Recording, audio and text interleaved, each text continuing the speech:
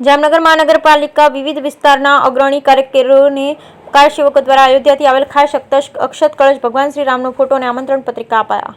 જામનગરમાં અયોધ્યામાં ભગવાન શ્રી રામની જન્મભૂમિ પર લાંબા સંઘર્ષ બાદ ભવ્ય મંદિર નિર્માણ થતાં સમગ્ર વિશ્વમાં હર્ષ અને ઉલ્લાસ જોવા મળી રહ્યો. અયોધ્યામાં આગામી 22 જાન્યુઆરી 2024ના મર્યાદા પુરુષોત્તમ ભગવાન શ્રી રામજીની પુનઃ પ્રાણ પ્રતિષ્ઠા મહોત્સવને લઈને સમગ્ર વિશ્વમાં શ્રી રામ જન્મભૂમિ તીર્થ ક્ષેત્ર તરફથી મોકલવામાં આવેલ ખાસ આમંત્રણ દરેક ઘરે પહોંચે તે માટે કાર્યકરોની મોટી ટીમ સ્વયંભૂ કામે લાગી છે. જામનગર જિલ્લામાં વિવિધ ધાર્મિક સામાજિક સંગઠનો અને અગ્રણી સંસ્થાઓના 2500થી 3000 મુખ્ય કાર્યકરો દ્વારા શ્રી રામ જન્મભૂમિ તીર્થ ક્ષેત્ર સમિતિ જામનગરના નેજા હેઠળ જુદી જુદી ટીમો બનાવી અયોધ્યાથી આવેલ ખાસ અક્ષત કળશ ભગવાન શ્રી રામનો ફોટો અને આમંત્રણ પત્રિકા દ્વારા દરેકના ઘરમાં વસતા રામ ભક્તોને ઐતિહાસિક ક્ષણના સાક્ષી બનવા આમંત્રણ પાઠવવા માટેનું આયોજન થયું છે.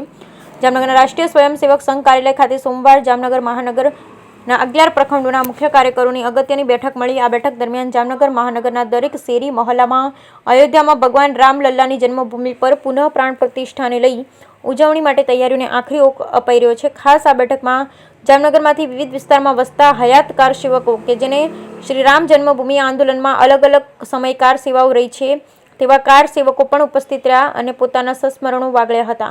શ્રી રામ જન્મભૂમિ પર મંદિર નિર્માણ બાદ ભગવાન શ્રી રામની પુનઃ પ્રાણ પ્રતિષ્ઠા થઈ રહી છે.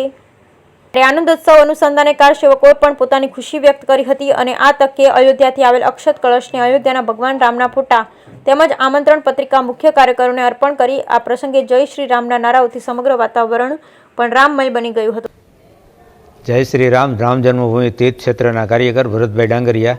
અયોધ્યામાં રામ જન્મભૂમિ ઉપર જે ભવ્ય મંદિર બની ગયેલ છે જેની અંદર રામલલ્લાની પ્રાણ પ્રતિષ્ઠા તારીખ 22 જાન્યુઆરી 2024ના રોજ થવા જઈ રહેલી છે, જેનું અયોધ્યાથી અક્ષત રૂપે આમંત્રણ આવેલું છે. જે આમંત્રણ ઘર ઘર સુધી પહોંચાડવા માટે એક મુખ્ય કાર્યકર્તાઓની બેઠક રાખવામાં આવેલી હતી, જેની અંદર એક અક્ષતના કળશ છે, રામ ભગવાનનું ચિત્ર છે અને એક પત્રિકા છે. જે વિવિધ એરિયામાંથી 11 કાર સેવકો અહીં ઉપસ્થિત રહેલા હતા. એ કાર સેવકોના હસ્તે કાર્યકરોને આ અક્ષત અર્પણ કરેલા છે અને જામનગરની અંદર આનંદોત્સવ ઉજવવા માટે ઓછામાં ઓછા 2500થી 3000 કાર્યકરોની નોંધણી થઈ ગયેલી છે. જે કાર્યકરો લાગશે અને આપના ઘર ઘર સુધી આમંત્રણ પહોંચાડશે.